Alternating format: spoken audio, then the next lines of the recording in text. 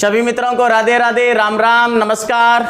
तो मित्रों, आपका जो टॉपिक था वो चल रहा था राजस्थान का भौतिक विभाग, और राजस्थान के भौतिक विभाग में हम प्रारंभ के दो टॉपिक पढ़ चुके थे, थार का मरुस्थल और अरावली पर्वतीय प्रदेश। उसके बाद जो टॉपिक चल रहा था वो था पूर्वी मैदानी प्रदेश। इसका भी थोड़ा बहुत पार्ट हम पढ़ चुके थे कि जो पूर्वी मैदानी प्रदेश है इसे 3 पार्टों में डिवाइड किया जाता है। मित्रों, पूर्वी मैदानी प्रदेश को हमने कितने पार्टों में डिवाइड किया था?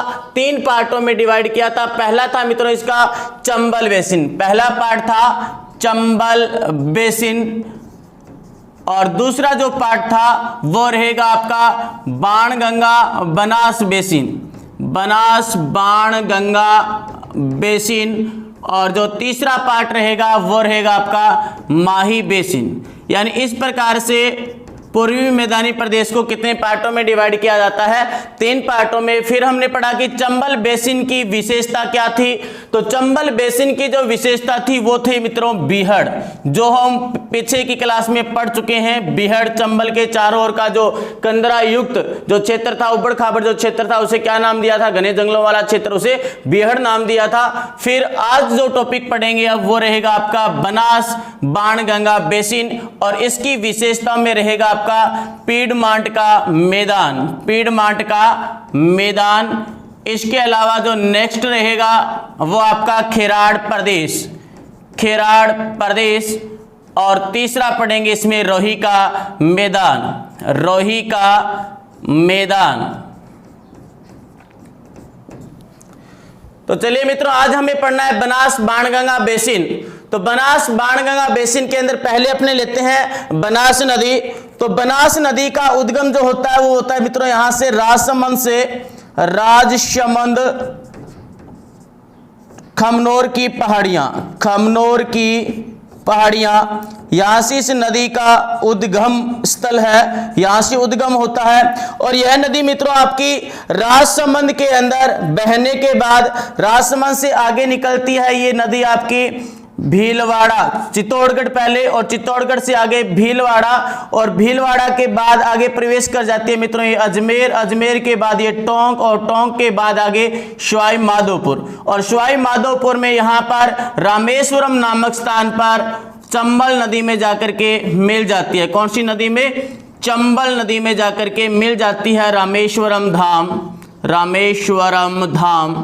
तो यहां पर चंबल नदी में जाकर के मिल जाती है।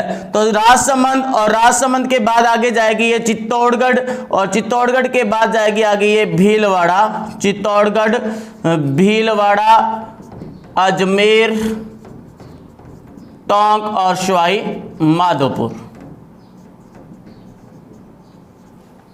तो मित्रों, आपकी जो ये नदी है खमनोर की पहाड़ियों से निकलने वाली बनास नदी, इस बनास नदी के अंदर मित्रों यहां पर देवगढ़ स्थान पड़ता है राजसमंद में। देवगढ़ राजसमंद से लेकर के भीलवाड़ा, देवगढ़ राजसमंद से लेकर के भीलवाड़ा में यहां पर बनास नदी निर्मित जो उपजाऊ क्षेत्र है मित्रों, इसे कहा जाता है पीडमांट का मैदान। क्या कहा जाता है? पीडमांट का मैदान कहा जाता है मित्रों। और ये जो पीडमांट का मैदान है मित्रों, यहाँ पर किस प्रकार की मृदा पाई जाती है? तो यहाँ पर भूरी मृदा पाई जाती है मित्रों। कौन सी? भूरी मृदा पाई जाती है, या जिसे लाल पीली मृदा कहा जाता है, लाल पीली मृदा कहा जाता है। तो ये इस क्षेत्र की विशेषता है। तो पीडमांट का जो मैदान है ये बनास नदी द्वारा निर्मित क्षेत्र है मित्रों। देवगढ़ राजसमंद से लेकर के भीलवाड़ा तक का क्षेत्र, देवगढ़ राजसमंद से भीलवाड़ा का क्षेत्र, इसे क्या कहा जाता है? पीडमांट का मैदान कहा जाता है। दूसरी विशेषता क्या थी इसकी? खेराड़ प्रदेश। तो खेराड़ प्रदेश मित्रों ये आपका पड़ता है यहां पर जहाजपुरा भीलवाड़ा, भीलवाड़ा में एक स्थान पड़ता है जहाजपुरा। तो जहाजपुरा भीलवाड़ा से लेकर के अजमेर और आगे टोंक, अजमेर और आगे टोंक, ये जो एरिया है मित्रों इसे कहा जाता है खेराड़ प्रदेश। इस क्षेत्र को खेराड़ प्रदेश के नाम से जाना जाता है मित्रों, या इसे कहा जाता है माल खेराड़, या इसे कहा जाता है माल खेराड़ कहा जाता है मित्रों। और इस क्षेत्र के अंदर बोली जाने वाली जो भाषा है वो कौन सी है? खेराड़ी, इस क्षेत्र में बोली जाने वाली भाषा भी कौन सी है मित्रों? खेराड़ी भाषा। खेराड़ी भाषा जो है मित्रों ये बोली जाती है आपकी भीलवाड़ा से लेकर के बूंदी तक का जो एरिया है यहां पर कौन सी भाषा बोली जाती है? तो खेराड़ी भाषा बोली जाती है। और जो मित्रों ये खेराड़ी भाषा है ये 3 भाषाओं का मिश्रण होता है। खेराड़ी भाषा 3 भाषाओं का मिश्रण है मित्रों, आपका ढूंढाड़ी, हाड़ौती और मेवाड़ी। ढूंढाड़ी, हाड़ौती और मेवाड़ी, इन 3 भाषाओं का मिश्रण है मित्रों खेराड़ी भाषा। तो हमने पढ़ा पीडमांट का मैदान और खेराड़ प्रदेश। तो पीडमांट का मैदान देवगढ़ राजसमंद से लेकर के भीलवाड़ा तक बनास नदी के द्वारा निर्मित जो क्षेत्र है इसे क्या कहा जाता है? पीडमांट का मैदान कहा जाता है। भूरे कलर की यहां पर मृदा पाई जाती है मित्रों। दूसरा हमने पढ़ा खेराड़ प्रदेश। तो खेराड़ प्रदेश मित्रों आपका जहाजपुरा भीलवाड़ा से लेकर के आगे टोंक तक का जो उपजाऊ क्षेत्र है इसे क्या कहा जाता है? खेराड़ प्रदेश या माल खेराड़ कहा जाता है। ये इस क्षेत्र में बोली जाने वाली भाषा कौन सी है? तो आपका आंसर रहेगा खेराड़ी भाषा। शाहपुरा भीलवाड़ा से लेकर के बूंदी तक के क्षेत्र में बोली जाती है। ढूंढाड़ी, हाड़ौती और मेवाड़ी 3 भाषाओं का मिश्रण है मित्रों। अब देखिए कि यहां से क्वेश्चन किस प्रकार से आ सकता है। तो पहला क्वेश्चन तो मित्रों आपका यह रहेगा कि पीडमांट का जो मैदान है इसका संबंध है, मैं क्वेश्चन लिख देता हूं कि पीडमांट का मैदान का संबंध है, मैदान का संबंध है।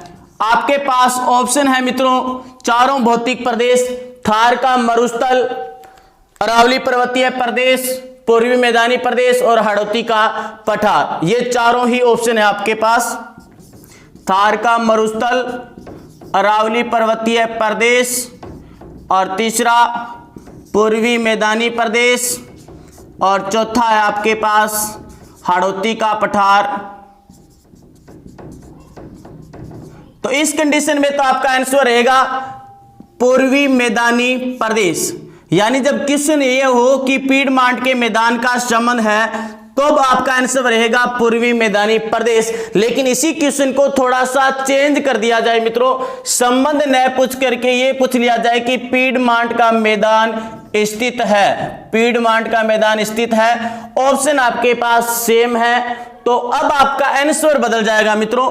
अब आंसर आपका पूर्वी मैदानी प्रदेश न होकर के अरावली पर्वतीय प्रदेश हो जाएगा। याद रखना पीडमांट का जो मैदान है ये मैदान तो कहां पर स्थित है? तो अरावली पर्वतीय प्रदेश। लेकिन संबंध किससे कहां पर पढ़ रहे हैं हम इसको? तो इसको पढ़ रहे हैं हम अपना पूर्वी मैदानी प्रदेश। और पूर्वी मैदानी प्रदेश में बनास, बाणगंगा बेसिन इसके अंदर अपने पढ़ रहे हैं मित्रों। तीसरा आपका रोही का मैदान। तो रोही का मैदान जो है मित्रों ये बना हुआ आपका बाणगंगा नदी पर। कौन सी नदी पर? बाणगंगा नदी। और बाणगंगा नदी का उद्गम होता है आपका जयपुर से। बाणगंगा नदी का उद्गम कहां से होता है? तो आपका आंसर रहेगा जयपुर से। कौन सी नदी में जाकर के मिल जाती है? तो यमुना नदी में। कौन सी नदी में? यमुना नदी में जाकर के मिल जाती है। तो चलिए देखते हैं मित्रों बाणगंगा। बाणगंगा नदी का उद्गम यहां से जयपुर से होता है मित्रों, बेराट की पहाड़ियों से।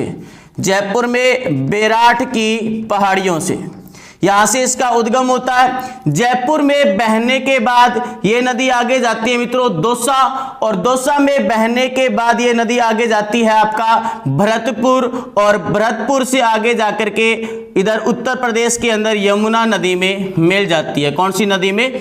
यमुना नदी में मिल जाती है मित्रों। तो जयपुर, दौसा और भरतपुर, जयपुर, दौसा और भरतपुर इन 3 जिलों के अंदर बहती है मित्रों।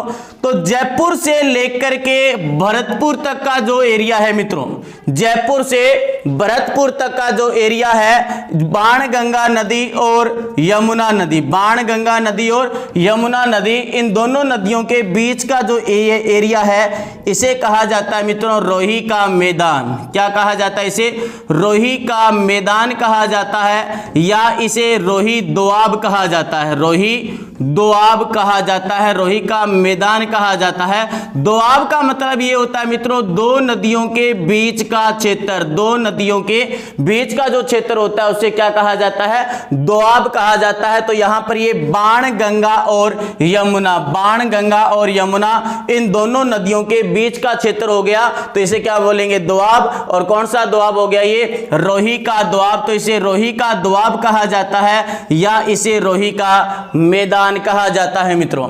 अब रोही का मैदान जो है या रोही का जो दोआब क्षेत्र है, ये जो क्षेत्र है मित्रों ये गेहूं के लिए, गेहूं की फसल के लिए काफी ज्यादा उपयोगी क्षेत्र है, गेहूं की फसल के लिए जाना जाता है मित्रों यह क्षेत्र। तो ये तो था मित्रों आपका कि पीडमांट का मैदान क्या है, माल खिराड़ या खिराड़ प्रदेश क्या है, और नेक्स्ट हमने पढ़ा रोही का मैदान, रोही का मैदान। तो ये जो विशेषता थी ये थी आपकी बनास बाणगंगा बेसिन की, बनास बाणगंगा बेसिन की विशेषता थी। तो आइए अब नेक्स्ट पढ़ते हैं। तो अब पढ़ेंगे मित्रों अपने माही बेसिन। अब जो माही बेसिन है मित्रों,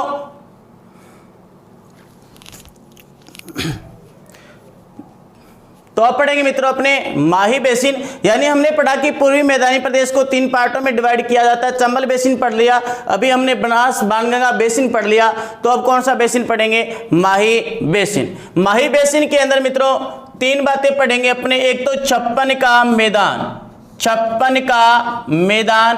दूसरी जो बात पढ़ेंगे वो रहेगा आपका कांठल प्रदेश या कांठल का मैदान। और तीसरी जो बात पढ़ेंगे वो रहेगी आपका वागड़ प्रदेश, वागड़ प्रदेश। तो ये 3 स्थान जो है वो पढ़ेंगे अपने माही बेसिन के अंदर मित्रों। बनास बाणगंगा के अंदर अभी हम पढ़ करके आए थे आपका एक तो पीडमांट का मैदान, पीडमांट का मैदान, खिराड़ प्रदेश, और तीसरा जो हमने पढ़ा था वो था आपका रोही प्रदेश या रोही दोआब जो था वो। तो चलिए माही बेसिन, माही बेसिन जो है मित्रों वो आपका 3 जिलों में यहां पर इस प्रकार से आपका डूंगरपुर, प्रतापगढ़ और बांसवाड़ा का जो एरिया है, यानी इसे इस प्रकार से पार्टों में डिवाइड कर देंगे। इधर मित्रों आपका नीचे ये जो एरिया है इसे बोलते हैं अपने बांसवाड़ा। ऊपर का जो एरिया है मित्रों ये आपका प्रतापगढ़, ये रहेगा आपका प्रतापगढ़, और ये रहेगा मित्रों इधर आपका डूंगरपुर, और ये रहेगा आपका डूंगरपुर। और यहां से मित्रों जो नदी जाती है वो नदी कौन सी है, बेसिन। कौन सी नदी है, सॉरी,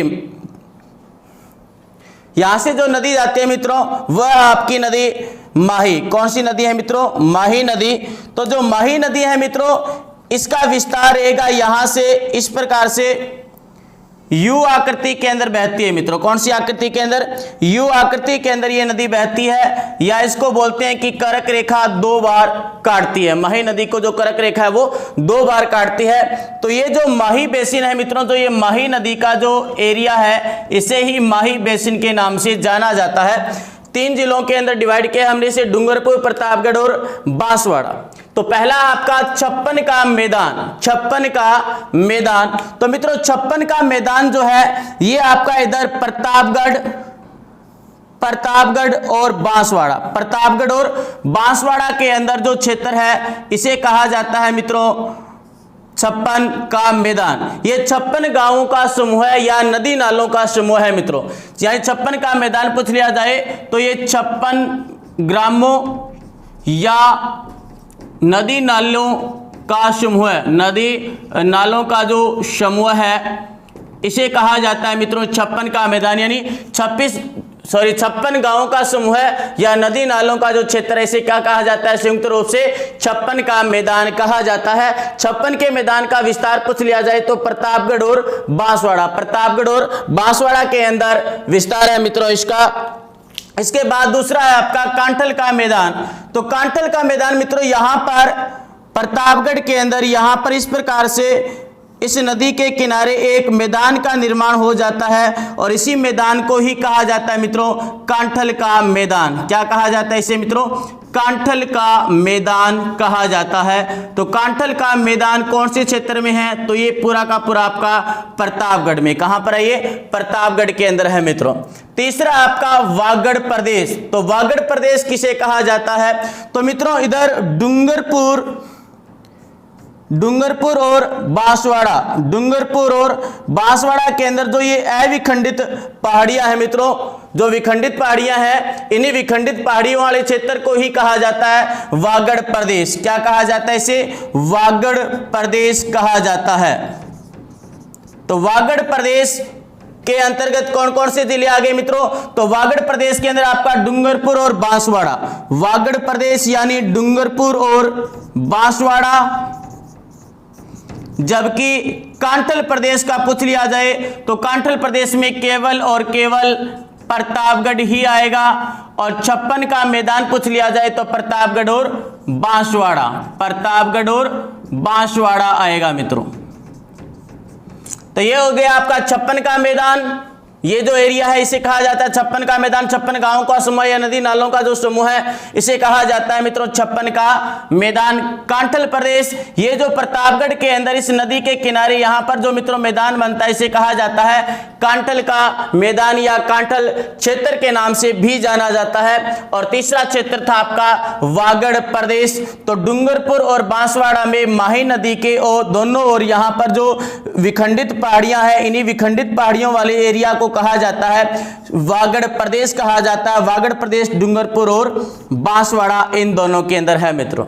एक क्वेश्चन और पूछ लिया जाता है यहां पर, पुष्प प्रदेश, प्राचीन काल में पुष्प प्रदेश किसे कहा जाता था? तो पुष्प प्रदेश जो है मित्रों ये माही बेसिन को ही कहा जाता है, माही बेसिन को ही पुष्प प्रदेश जो है वो कहा जाता है। और जो ये माही बेसिन का जो एरिया है मित्रों, यहां पर मुख्य रूप से महुआ के जो पुष्प है उसकी खेती की जाती है, महुए की खेती की जाती है। अब क्वेश्चन आ जाए कि माही बेसिन के अंदर कौन कौन सा एरिया है, कौन कौन सा क्षेत्र रहेगा? तो मित्रों पुष्प प्रदेश के अंदर जो क्षेत्र रहेगा आपका वो रहेगा आपका 56 का मैदान, 56 का मैदान, दूसरा आपका कांठल का प्रदेश, और तीसरा आपका रहेगा वागड़ प्रदेश। इसे प्राचीन काल में पुष्प प्रदेश के नाम से भी जाना जाता था मित्रों। तो यह था मित्रों आपका पूर्वी मैदानी प्रदेश।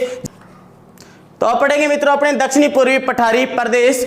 तो दक्षिणी पूर्वी पठारी प्रदेश है, इसमें सबसे पहले पढ़ेंगे इसकी उत्पत्ति। तो मित्रों इसकी जो उत्पत्ति है ये मध्यजीवी महाकल्प जिसे मेसोजोइक एरा कहा जाता है, तो इसी मेसोजोइक एरा के क्रिटेशियस युग में गोंडवाना लैंड में ज्वालामुखी क्रियाओं की दरारी उद्गार से हुई है।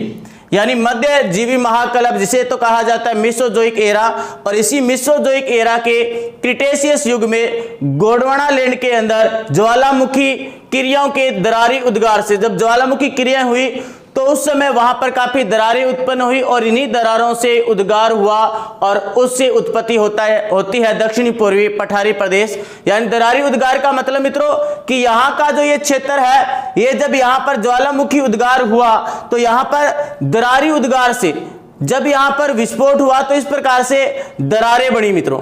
और जब इस प्रकार से जो ये दरारें बनी तो इन दरारों से यहाँ से लावा जो है वो बाहर निकला, और जैसे वो बाहर निकला तो बाहर निकल करके इस साइड दोनों साइडों के अंदर ये जमा हो गया। और जब इस प्रकार से यहाँ पर जमा हो गया तो यहाँ पर एक उच्च भूमि क्षेत्र का निर्माण हुआ मित्रों। और जो उच्च भूमि क्षेत्र का निर्माण हुआ, इसी उच्च भूमि क्षेत्र को हमने नाम दिया है मित्रों दक्षिणी पूर्वी पठारी प्रदेश, दक्षिणी पूर्वी पठारी प्रदेश। तो इस प्रकार से ज्वालामुखी दरारों से जो ज्वालामुखी दरारें उत्पन्न हुई और उन दरारों से जो लावा निकला तो वो इस प्रकार से यहाँ पर ऊपर उठ जाता है, जो भूमि है वो ऊपर उठी हुई दिखाई देती है, तो इसे हमने नाम दे दिया मित्रों दक्षिणी पूर्वी पठारी प्रदेश। इसका क्षेत्रफल कितना है? तो 6.49 राजस्थान के क्षेत्रफल का 6.49। जनसंख्या पूछ ली जाए तो 11%, और जिले कितने आते हैं इसके अंतर्गत? तो 4 आते हैं मित्रों आपके, कोटा, बूंदी, झालावाड़ और बारां। कोटा, बूंदी, झालावाड़ और बारां, ये जो 4 जिले हैं ये आते हैं मित्रों आपका दक्षिणी पूर्वी पठारी प्रदेश के अंतर्गत। इसके बाद इसकी विशेषता क्या है? तो क्षेत्रफल की दृष्टि से सबसे छोटा भाग है मित्रों, ये क्षेत्रफल की दृष्टि से सबसे छोटा भाग है, और ज्वालामुखी क्रियाओं द्वारा निर्मित क्षेत्र है मित्रों, ये ज्वालामुखी क्रियाओं द्वारा निर्मित क्षेत्र अभी हमने पढ़ा। तो यहाँ पर बेसाल्ट चट्टानों की प्रधानता है मित्रों, यहाँ पर कौन सी चट्टानों की? बेसाल्ट चट्टानों की प्रधानता है मित्रों। बेसाल्ट चट्टानें यानी जो आग्नेय चट्टानें जो होती है, इस आग्नेय चट्टान का दो रूप होते हैं मित्रों इसके, एक तो बाह्य और एक आंतरिक। बाह्य और आंतरिक। इसका जो बाह्य रूप होता है इसे कहा जाता है बेसाल्ट चट्टानें। बाह्य रूप को ही कहा जाता है बेसाल्ट चट्टान, जबकि जो आंतरिक रूप होता है उसे कहा जाता है ग्रेनाइट कहा जाता है। तो यहां पर मित्रों बेसाल्ट चट्टानों की प्रधानता है। काली मृदा का विस्तार है, काली मृदा का विस्तार है, या इसका वैज्ञानिक नाम है मित्रों वर्टिसोल। वर्टिसोल, या इसे कपास मृदा कहा जाता है मित्रों, कपास मृदा कहा जाता है, या इसे रेगुर मृदा भी कहा जाता है। कपास मृदा कहा जाता है, रेगुर मृदा भी कहा जाता है, और वैज्ञानिक नाम है इसका वर्टिसोल। वैज्ञानिक नाम क्या हो जाएगा? वर्टिसोल। और इस क्षेत्र की प्रमुख नदी पूछ लिया जाए तो कौन सी है मित्रों? चंबल नदी। इस क्षेत्र की प्रमुख नदी चंबल नदी, और ढाल दक्षिण से उत्तर, क्योंकि यहां से चंबल नदी इस प्रकार से प्रवाहित होती है मित्रों, तो ढाल क्या हो जाएगी इसकी? उत्तर से दक्षिण, उत्तर से दक्षिण हो जाती है इसकी ढाल। और सर्वाधिक जलीय अपर्दन, सर्वाधिक नदियां यहीं पर बहती है मित्रों, या सर्वाधिक नदियों वाला संभाग पूछा जाता है तो आपका कोटा संभाग होता है, इसी क्षेत्र में सर्वाधिक नदियां बहती है, तो यहां पर भी आज सर्वाधिक क्या होगा? जलीय अपर्दन होगा। और अंतः अधर प्रवाह क्षेत्र भी पाया जाता है यहां पर। अंतः अधर प्रवाह क्षेत्र का मतलब होता है मित्रों कि यहां से जो नदियां निकलती है, ये नदियां निकलने के बाद यहां पर जो नदियां निकलती है, निकलने के बाद क्या है कि ये अलग अलग वितरिकाओं के अंदर डिवाइड हो जाती है मित्रों, अलग अलग वितरिकाओं के अंदर डिवाइड हो जाती है। तो इसी क्षेत्र को कहा जाता है अंतः अधर प्रवाह क्षेत्र कहा जाता है मित्रों, अंतः अधर प्रवाह क्षेत्र कहा जाता है। इसके बाद बात करें अपने कि ये जो क्षेत्र है मित्रों दक्षिणी पूर्वी पठारी प्रदेश, ये भारतीय प्रायद्वीप के कौन से भाग में स्थित है मित्रों? तो भारतीय प्रायद्वीप की अपने बात करें मित्रों तो भारतीय प्रायद्वीप के अंदर ये मालवा का पठार आता है, इधर मालवा का पठार। चलिए अपने राजस्थान के संदर्भ में पढ़ लेते हैं मित्रों। इधर आपका जो ये डूंगरपुर बांसवाड़ा का जो एरिया है मित्रों, इधर सरकोटा बूंदी बारा और झालावाड़ का एरिया, जो झालावाड़ बारा बूंदी कोटा का जो एरिया है, ये जो पूरा का पूरा एरिया इसे कहा जाता है मित्रों आपका दक्षिणी पूर्वी पठारी प्रदेश। और यहां पर देखा जाए मित्रों तो ये यहां पर मालवा का पठार है। क्या स्थित है यहां पर? मालवा का पठार। और मालवा का पठार का कौन सा भाग हो गया? ये उत्तरी भाग। तो मालवा के पठार के कौन से भाग में स्थित है आपका दक्षिणी पूर्वी पठारी क्षेत्र? तो मालवा के पठार के उत्तरी भाग के अंदर स्थित है, यानी ये जो मध्य प्रदेश वाला जो ये एरिया है मित्रों, यहां पर स्थित है आपका मालवा का पठार। और ऊपर आपके एमपी की सीमा लगती है इधर आपके राजस्थान से, इस एरिया से। तो इसका कौन सा भाग हो गया? ये मालवा के पठार का उत्तरी भाग हो जाता है मित्रों। तो बाकी पढ़ेंगे अपने नेक्स्ट वीडियो के अंदर। दक्षिणी पूर्वी पठारी प्रदेश को दो भागों में डिवाइड किया जाता है, और डिवाइड करने के बाद आगे एक एक पार्ट को अच्छी प्रकार से पढ़ेंगे। तो इसी प्रकार से हंसते रहिए, मुस्कुराते रहिए, और जिन्होंने अभी तक चैनल को सब्सक्राइब नहीं किया प्लीज चैनल को सब्सक्राइब कर ले। वीडियो को लाइक नहीं किया तो वीडियो को लाइक कर ले। तो इन्हीं शब्दों के साथ जय हिंद, जय भारत।